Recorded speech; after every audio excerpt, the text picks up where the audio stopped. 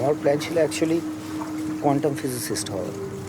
তো সেসব করতে গিয়ে যে একজন যে গাইড, একজন যে মেন্টর থাকার দরকার হয়, সেটা কখনোই পাইনি। যা হয়েছে সব নিজস্ব ইনস্ট্যান্ট ডিসিশানে হয়েছে।